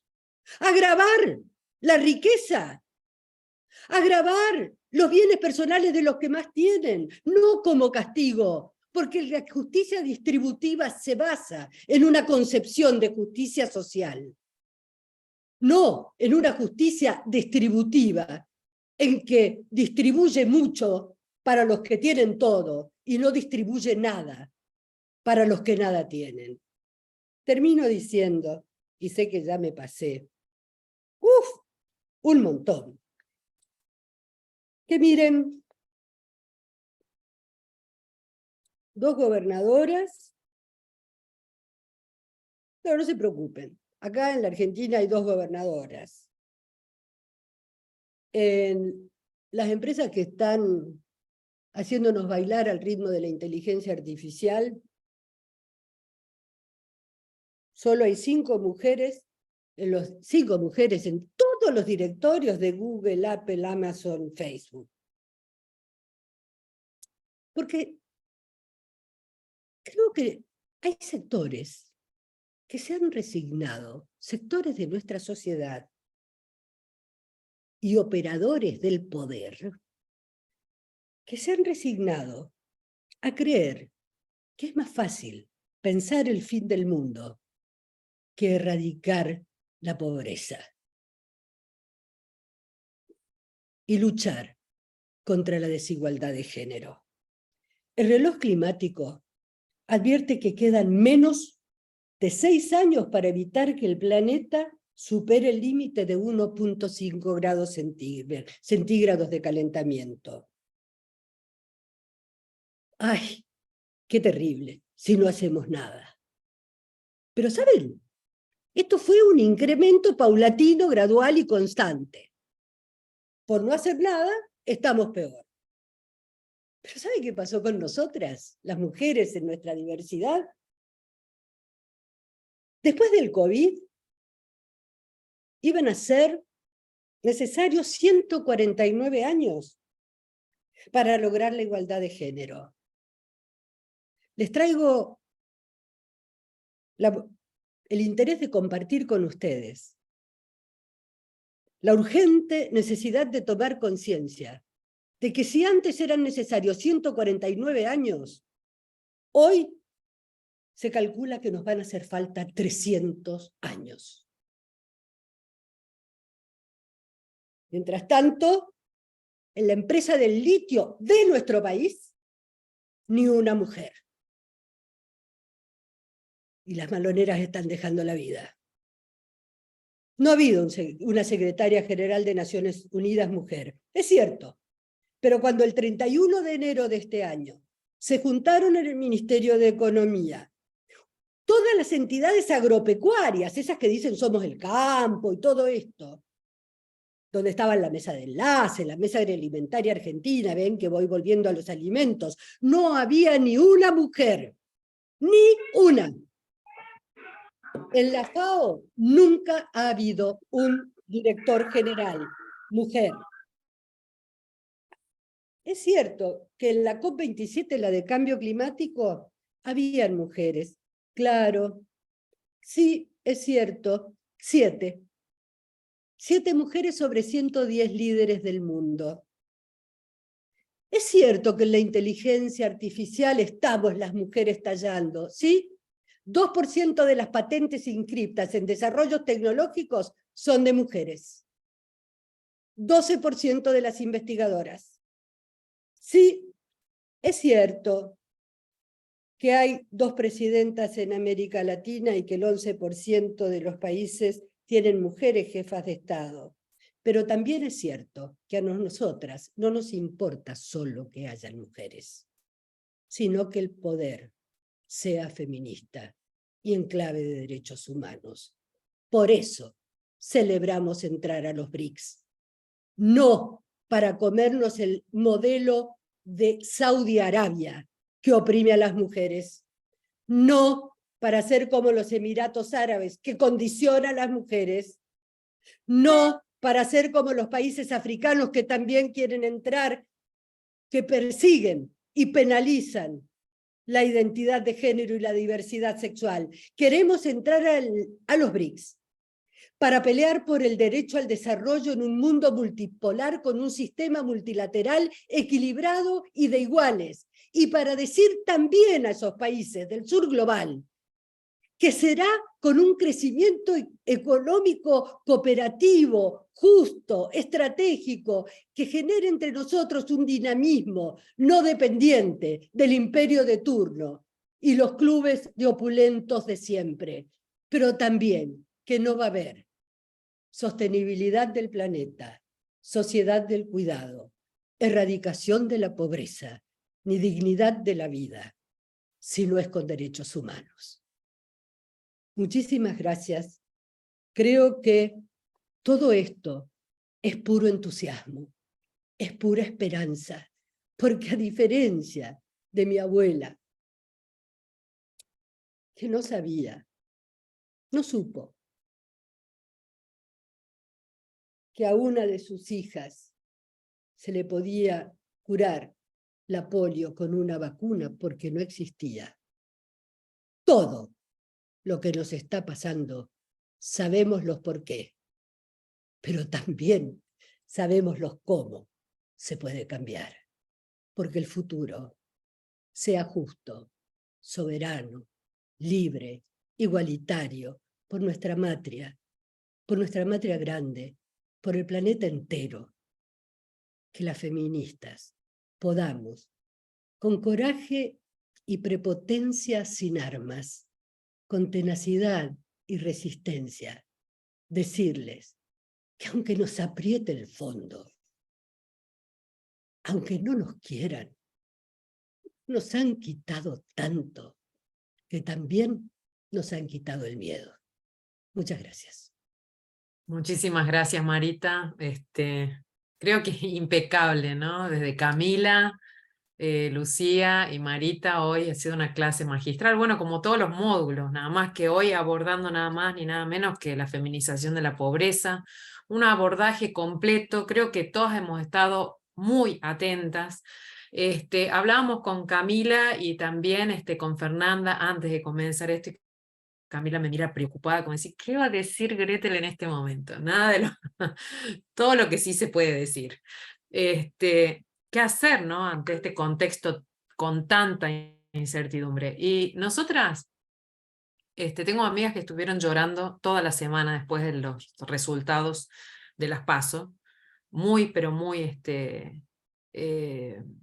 tristes, ¿no? Triste, esa es la palabra, triste, porque vos decís tanta lucha y tanto entorno, ¿qué pasa con mi entorno? Comenzamos a mirar, ¿no? Los entornos en los que generalmente transitamos y mirábamos y decíamos, no podíamos creer que el pueblo esté votando contra el pueblo, ¿no? Me preguntaron qué hice yo. Y yo hice lo que muchas de mis compañeras hacen, salí a territorio. O sea, la única manera quizás es transitar el territorio, es la manera de crear y de construir redes afectivas que nos sostengan, porque en estos tiempos vamos a hacer lo que sabemos hacer, ¿no? No tan solo salir a la calle, sino agrandar más la oreja para la escucha activa y ver de qué manera podemos construir y fortalecer esas redes. No quiero hablar más porque quiero darle paso a las preguntas. María Elena ya tuvo que hacer un filtro, ¿no? De tantas preguntas y consultas y aportes que tenemos. Aprovecho hasta que se desmutea María Elena para agradecer la participación de todas, de todes. Saludo a las compañeras de la Red Nacional de Mujeres. Ahí está Fabiana firme, como siempre. Está Vanessa desde Catamarca. Está Patricia desde Mendoza, de San Rafael de Mendoza, también firme, a quien saludamos. Estaba Rosa Benedetto de Córdoba, y así múltiples compañeras, ¿no? Que hacen que este curso realmente sea federal. María Elena, todo tuyo para comenzar con las preguntas a Camila y a Marita. Bueno, cómo no, la verdad que excelente las tres intervenciones, y bueno, con Marita yo vengo escuchándola en distintos ámbitos últimamente, en particular en las reuniones del Acuerdo de Escazú, en la Cancillería, que realmente marcan la agenda, son los temas que van uniendo al feminismo con los grandes temas que nos están golpeando fuertemente, que son temas estructurales y que necesitamos volver a profundizarlos, volver a relatarlos, sin temor a que nos acusen de testimoniales, ¿no? En un momento hubo, ¿no? El posibilismo generó desde la política esa idea de que no se puede, de que no tenemos la correlación de fuerzas necesaria. Bueno, en este sentido, estas mujeres que hoy nos hablan, y todos los miércoles, ¿no? Son mujeres especialistas, pero además con una fuerza política impresionante, así que muchísimas gracias. Hay una primera pregunta para Camila, dos preguntas para Camila Barón, que tienen que ver con lo que ella planteaba, y que es, ¿qué escuela se contrapone a la austríaca y neoclásica? Pensando un poco en lo que inicialmente Camila planteaba, y si es posible avanzar con los objetivos de desarrollo sustentable, viendo esta tensión que tenemos hoy en este retroceso económico planteado, ¿no? A ver, Camila, no sé si interpreté bien las preguntas o si las relaté bien. Sí, se entiende muy bien. Las voy a contestar o sea, juntas, porque me parece que dialogan. En tanto escuelas, o sea, todo lo que compone lo que llamamos a las economías heterodoxas, son las economías que le han contestado, o las distintas teorías que le han contestado a la teoría neoclásica y bueno, a la escuela austríaca. Dentro de la economía heterodoxa podemos nombrar a la economía keynesiana, a la economía marxista, a la economía feminista, a las teorías del desarrollo latinoamericano. Digamos, son todas digamos, teorías económicas que dialogan entre sí, que tienen miradas también críticas sobre todo del curso que ha tenido el capitalismo en el último tiempo y que proponen formas de intervención distintas, ¿no? Bueno, obviamente acabo de nombrar un montón de escuelas que tienen enfoques diferentes, pero que al menos todas aportan alguna mirada crítica y sobre todo han podido construir una respuesta a lo que la teoría neoclásica se dedicó a hacer, que fue defender estas formas del capitalismo que ha derivado en este capitalismo financiarizado y que, como sabemos, nos encontramos en uno de los momentos más desiguales de la historia. Y esto me parece importante también destacarlo. Creo que la intervención de Marita fue muy clara también hacia dónde nos está llevando este modo de producción desacatado, ¿no? Y liberado, o sea, la acumulación financiera, lo que produce en cada uno de los ámbitos de nuestra vida, como decía Marita, en la alimentación, bueno, podríamos hablar de la vivienda, podríamos hablar de la forma en la que agenciamos los cuidados. Entonces, los objetivos de desarrollo sostenible son, bueno, una crítica a esto, ¿no? Es una forma de mirada, bueno, a qué ha pasado en distintos ámbitos y cómo reducir las desigualdades. A mí me parece que hay que tomarse el momento histórico en el que estamos como un momento bisagra. Hay una moneda en el aire, hay una moneda en el aire en el sentido de hacia dónde se va a estabilizar esta forma de acumulación. Después de la pandemia la crisis ha sido agudísima, o sea, muy aguda, o sea, las contradicciones y la desigualdad está en ese momento así que ya no puede más. Bueno, por eso también el surgimiento de estas derechas, ¿no? No tenemos que castigarnos o sea, de más por lo que está pasando en Argentina, porque esto es un fenómeno que nos excede, en el sentido de que tiene que ver con este modo, o al menos así lo interpreto yo, ¿no? Con esta desigualdad creciente a nivel mundial, y con este mundo que estalla en todos estos ámbitos, en que no puede ser la contradicción de la cantidad de alimento que se produce y la cantidad de gente que sufre hambre, que no puede ser que no nos podamos poner mínimamente de acuerdo para cuidar el planeta y poder vivir en él. Digo, bueno, estas cosas que se hacen evidentes y que requieren de también de ir a buscar viejas banderas, como traía Marita, y también pensar nuevas, ¿no? Esto que traía de, bueno, los bienes comunes, ¿qué son los bienes comunes? ¿Cómo empezamos a desmercantilizar ciertos ámbitos de la vida, ¿no? Esto de que de un lado nos dicen que todo se puede vender o comprar, ¿cómo empezamos a responder también que no necesariamente tiene que ser así, ¿no? Y yo lo pienso, bueno, en el ámbito de la salud, en el ámbito de la educación, en el ámbito de la vivienda y en el ámbito de la alimentación. Me parece que ahí tenemos cuatro sectores que requieren ya empezar a tener respuestas concretas y empezar a proponer nuevas utopías, ¿no? Empezar a hablar de nuevas utopías que nos permitan construir hacia adelante, bueno, un relanzamiento de los espacios que defienden a las mayorías, que hablan de libertad, pero de libertad real, y que hablan, bueno, por supuesto, de derechos humanos y de igualdad, ¿no? No me quiero extender mucho, así damos lugar a más conversaciones, pero bueno, creo que por ahí va la cosa, ¿no? No me detuve en la economía feminista, pero bueno, eso, si quieren también voy a dejar el contacto para que puedan consultar más, pero bueno, desde la economía feminista todas estas cuestiones aparecen muy, muy claramente.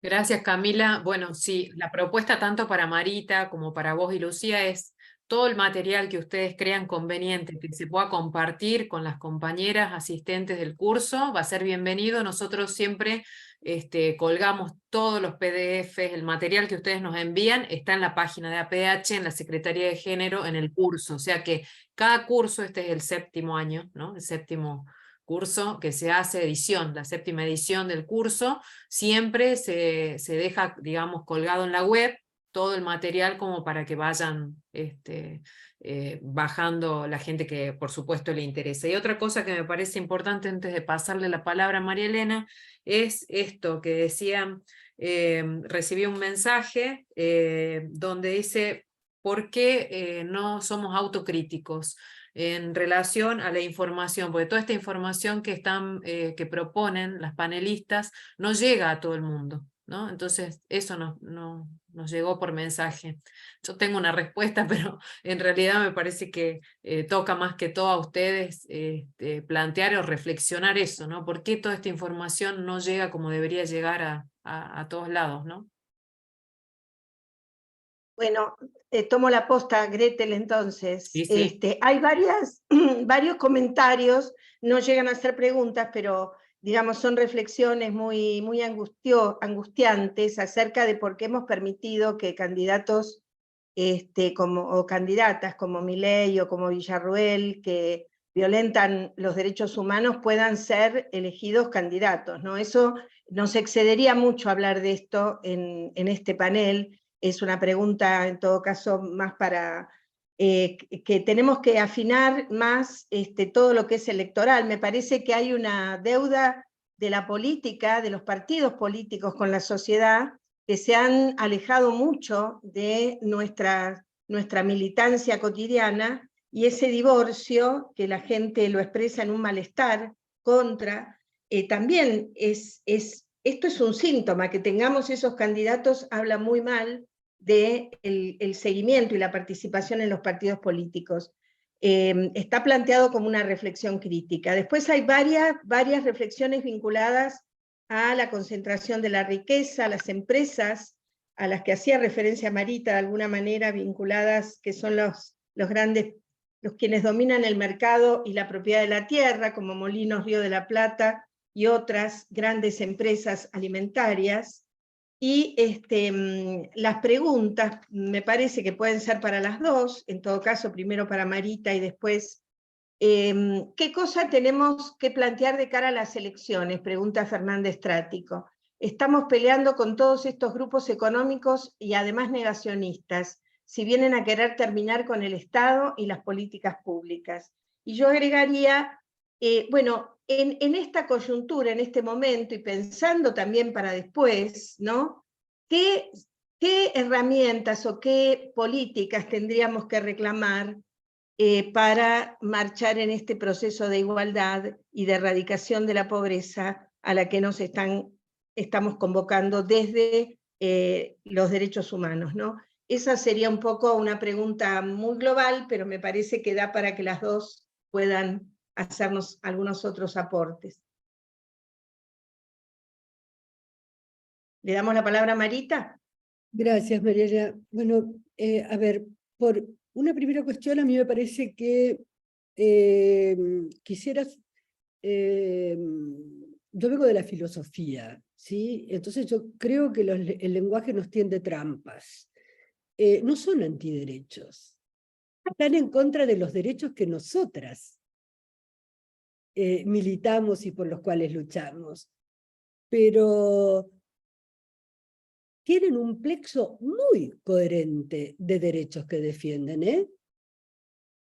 El derecho a que no se toquen sus privilegios, el derecho a que no haya regulación de ningún tipo, ni de los mercados, ni de la vida en común, el derecho a que las mujeres, como escuchaba a una emisaria de este proyecto político, dejen atrás el modelo de esas feministas que fueron un cáncer para las mujeres que queremos hacer de la maternidad nuestra vocación. Tienen valores, principios y un plexo de derecho, con lo cual a mí me parece que estamos en un momento, primero que para mí la política, obviamente que he estado en campañas políticas, he sido candidata, senadora 2 veces, digo, haciéndole interna a los varones, lo sabe la compañera de Mendoza, y si no lo sabe, lo puede corroborar. Yo no trabajaría para la campaña, trabajaría por lo que el feminismo tiene muy claro que hay que impulsar también en nuestro país. Hemos hablado de reforma fiscal, hemos hablado de reforma judicial feminista y transfeminista, hemos planteado la reestructuración de la deuda, hemos planteado la libertad porque en democracia no puede haber presos políticos ni presas políticas, hemos planteado que el nunca más, hemos planteado que hay que acelerar los juicios sobre los delitos y crímenes de lesa humanidad, imprescriptibles por otra parte. Creo que hemos planteado que no se puede seguir con el agronegocio y con el extractivismo sin fronteras, ni éticas, ni normativas, ni punitivas, y esto que yo, si hay algo que quisiera sacar de mi vida es el Código Penal, pero no hay sanción ninguna, ¿no? La evasión y la elusión fiscal en nuestra región y en nuestro país, pero juegan a la mancha, y no es que cada tanto vamos a traer a los que no declararon perdonándoles la vida, sino ¿qué pasa que pueden eludir y evadir de tal manera? ¿O acaso ustedes pueden hacerlo graciosamente? Entonces, creo, después las políticas, ya sabemos que las políticas tienen que ser universales. Yo creo que la trampa con las políticas de cuidado, y no soy una adversaria, al contrario, soy co-constructora de estas políticas de cuidado. Empezamos a hablar a fines de los 80, en los 90, de la economía del cuidado, el uso del tiempo, economistas como la Sonia Montaña, de la CEPAL, del lado de la Flora, la Gina Vargas, digo, mujeres que han sido nuestras maestras, como recién recordaba María Elena, a la Fundación Tido, que con Olga Hammer pone estos temas sobre la mesa. Creo que, miren, lo que tenemos que hacer es animarnos a exigir que sean políticas públicas, porque graciosamente, a ver, el mainstreaming, esto de la transversalidad de género, hay que asumir, yo no estoy dinamitando el Ministerio de Mujeres, Géneros y Diversidad, porque fue el ministerio que supimos conseguir, ¿eh? Tampoco fue la concesión graciosa de un presidente de turno, sino que trabajamos décadas para que existiera, con la forma de instituto, ministerio, no sé qué, el espacio para mujeres, géneros y diversidad. Dicho esto, el mainstreaming, la transversalidad, y paro acá, ha sido un fracaso. Ha sido un fracaso porque ahí se ve, perdón, pero más fracaso hubiera sido, sí, yo sé, más fracaso hubiera sido que no se hubieran generado políticas transversales de género. Pero el problema es que en un momento en que hay que readecuar la lógica de la prioridad y los modos de inversión, esto de la transversalidad de género infla presupuestos, como en presupuestos de género, que en realidad no llegan a las mujeres de manera innovadora, efectiva y universal. ¿Esto es destructivo? No, no. Me parece que, digo, paro acá, pero podemos seguir hablando. No hay que no hay que bajar la tabla de los 10 mandamientos. Sabemos que el tema de la deuda es urgente e impostergable. Sabemos que el tema del cambio climático no es subirse a una bicicleta de bambú y ponerse una palta, una cáscara de palta en la boca e ir cantando una canción. No, sabemos que el cambio climático es una disputa de poder. Sabemos que en la tierra es un tema en nuestro país. Sabemos que los medios de comunicación, para las compañeras que decían por qué no llega, ni tan siquiera sé si es necesario que llegue toda esta información. Hay que democratizar la información, pero lo que hay que hacer es, desde los espacios de poder que ocupamos, ser coherentes con la información que tenemos y no ser grandilocuentes en las palabras e inconsistentes en las decisiones. Hicimos una mesa del hambre.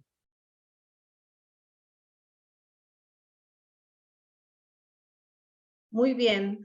Gracias, Marita. Entonces, Camila, con estas ideas, ¿cuáles serían los ejes para trabajar en esta campaña y a futuro? Y un poco para orientarnos en este caos en que nos Bueno, hemos inmersas.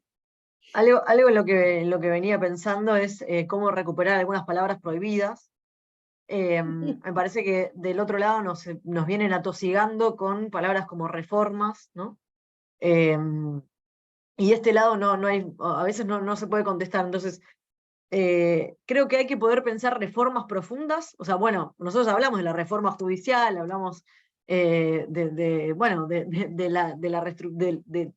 encarar el tema de la deuda con una lógica distinta. Entonces, me parece que recuperar la idea de las reformas de una manera transformadora y hacia adelante es muy importante. No quedarnos con lo defensivo. O sea, me parece que ahí, cuando nos quedamos con lo defensivo, o sea, defender el Estado existente, sabemos que hay un problema muy grande en defender el estado actual de cosas. Porque el estado actual de cosas es bastante complejo.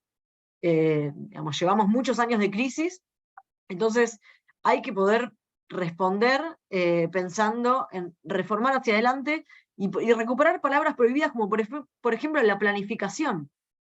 Bueno, no sé, en su momento se hablaba de planes quinquenales, por ejemplo, digamos, ¿por qué no se puede pensar en este momento en planificar ciertos ámbitos, ¿no? Es una palabra prohibida porque se la ha perseguido, como se ha perseguido, como hoy los militantes de Milei tienen esta cosa de, bueno, todos se describen como anticomunistas, ¿no? Hay palabras que, por ejemplo, hablar de planificación es tildado de determinada manera. Bueno, entonces, las reformas, la planificación, los bienes comunes, la desmercantilización, o sea, desmercantilizar ámbitos de la vida, que el mercado no rija absolutamente todo de nuestro tiempo y de nuestros ingresos, creo que va por ahí. Creo que ahí se nos vienen desafíos muy grandes en los tiempos que siguen, y que solamente con ese vocabulario, recuperando esas palabras y esa disposición a pensar políticas nuevas e intervenciones y formas de intervención nueva, es que vamos a poder dar respuesta a los desafíos que tenemos en este entrado al siglo XXI, que son un montón y que son profundos, y que sí, que pueden derivar en una distopía total.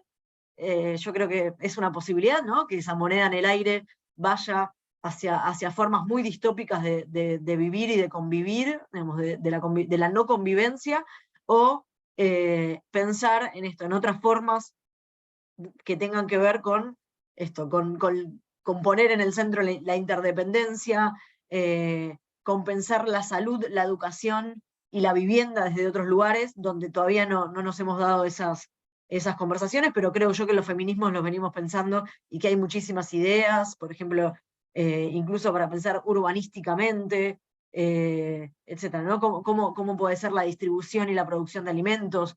Que esas son las reformas profundas que nos debemos, y que yo creo que acá octubre también hay que hablar de este tipo de sueños que tenemos, aún quienes no estamos en el centro de las campañas, pero sí participando en nuestros barrios, en nuestras escuelas, en las universidades, donde podemos empezar a hablar también de estas propuestas que van a tardar, pero esperemos que lleguen más pronto que tarde.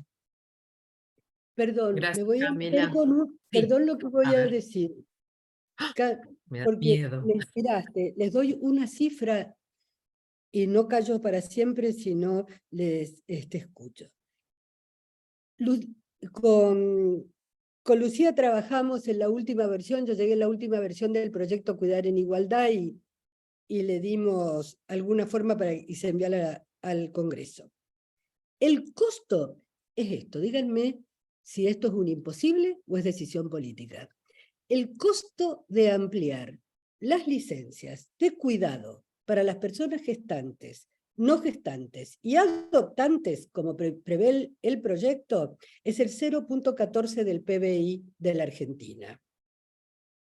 Ese 0,14 es menor que la pérdida de recaudación que resulta por la exención injustificada del pago de impuesto a las ganancias por parte de los magistrados y funcionarios del Poder Judicial de la Nación y de las provincias. ¿Es un cálculo mío? No, es un cálculo que está en el manifiesto del Ni Una Menos, está en las calles este grito, tenemos evidencia para la utopía. Sí, Pequeño claro que dato sí. nos tira, ¿no, María Elena? Claro que Pequeño sí. Bueno, dato. hay una catarata ahora casi inmanejable ya, no las vamos a leer, hay una catarata de comentarios a partir de las dos intervenciones, y Marita además incorporó esta idea, fuerza, que es coraje. Nos hace falta coraje. Coraje le faltó lamentablemente a este gobierno nacional y popular para estatizar Vicentín. Acá una de las compañeras lo plantea, porque no hubo fuerza para estatizar Vicentín, que era una herramienta importantísima para el control de todo el tema alimentario. Y coraje también para explicar todo esto que ha explicado Marita con tanta claridad. Me parece que, bueno, esto es parte de nuestra autocrítica, de la autocrítica que le han reprochado a Gretel, y de alguna manera nos tenemos que revisar y darnos fuerza, y este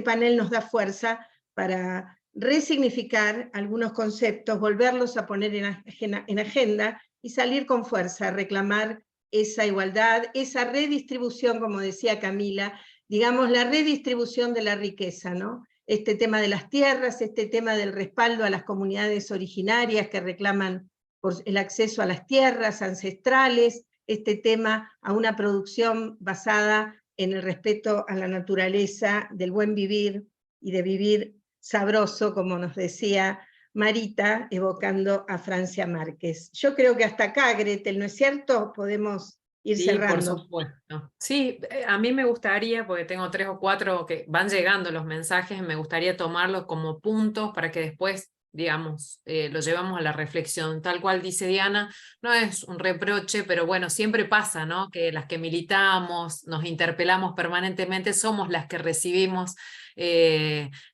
quizás aportes o críticas, o quizás nos interpelan cada vez más, ¿no? Como dicen, pasa algo y... Ah, ¿y dónde están las pañuelos verdes?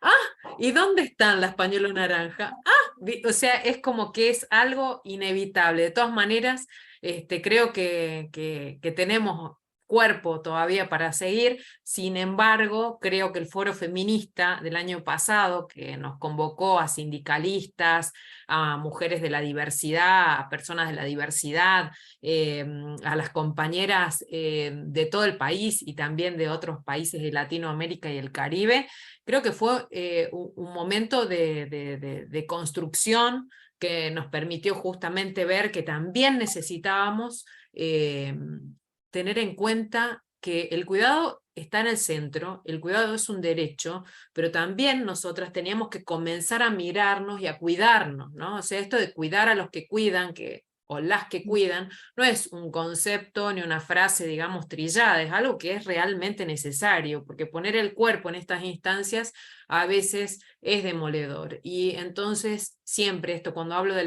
la construcción de la red afectiva, apunto a eso. Pero no me quiero quedar sin decir 2 cosas como para que después pasarle a Camila y a Marita para hacer el cierre. Si hay algo que surgió antes, por supuesto, del Foro Feminista, pero que lo pudimos ver, es el tema de las madres protectoras. Madres protectoras, las mujeres que no, o sea, están poniendo el cuerpo por sus hijes, por sus niñeces, que están afrontando. Bueno, ustedes saben que con María Elena y compañeras de la regional de San Juan hemos llevado adelante un ciclo de conversatorios sobre el abuso sexual contra las infancias y la violencia vicaria, y han sido 3 encuentros sumamente duros, porque las mujeres nos decían, es como gritar bajo el agua, ¿no? Enfrentarse al Poder Judicial, enfrentarse a toda la cadena, ¿no? Que implica denunciar y defender los derechos de nuestras niñeces, tiene un costo. Y va de la mano con algo que acompañamos, una iniciativa que acompañamos el 3 de junio en Buenos Aires a las compañeras que promueven, si bien es cierto, se puede discutir y se puede debatir el tema de la deuda alimentaria como violencia, ¿no? O sea, las mujeres que cada vez, como lo dijo tanto Camila, como Lucía y como Marita, desde sus distintos abordajes, cómo se ven empobrecidas, ¿no?, en su economía, por justamente hacer frente a la ausencia de los padres, ¿no? Y como cierre, María Elena, no sé si vos recordás, pero en el año 2016, en Catamarca, se hacía un congreso de género y derechos humanos. Y preparamos juntas con Norma Ríos y con Sonia Santoro, digamos, fueron conversaciones y conversaciones nuestra ponencia, o sea, yo iba a representar a la PDH Regional Catamarca. Y cuando bajé me dijeron, ¿de qué hablas? ¿Qué es eso de la feminización de la pobreza? Bueno, hoy logramos que dentro del curso de Género y Derechos Humanos esté esa palabra, que es horrible, pero que la tenemos que abordar y que es necesario discutirla, ponerla sobre la agenda y también informar que hay muchas mujeres desde el Estado, desde las organizaciones no gubernamentales, desde la calle, desde los sindicatos, que están peleando para justamente visibilizar la situación en la que nos encontramos muchísimas mujeres, ¿no? Con esto yo cierro, le doy el paso a Camila y a Marita como para que hagan sus últimas reflexiones y agradezco muchísimo a todas las compañeras y compañeros y compañeras que están atentas y que no se van del Zoom, ya siendo más de las 8. Así que Camila, todo Bueno, tuyo. eso, nada.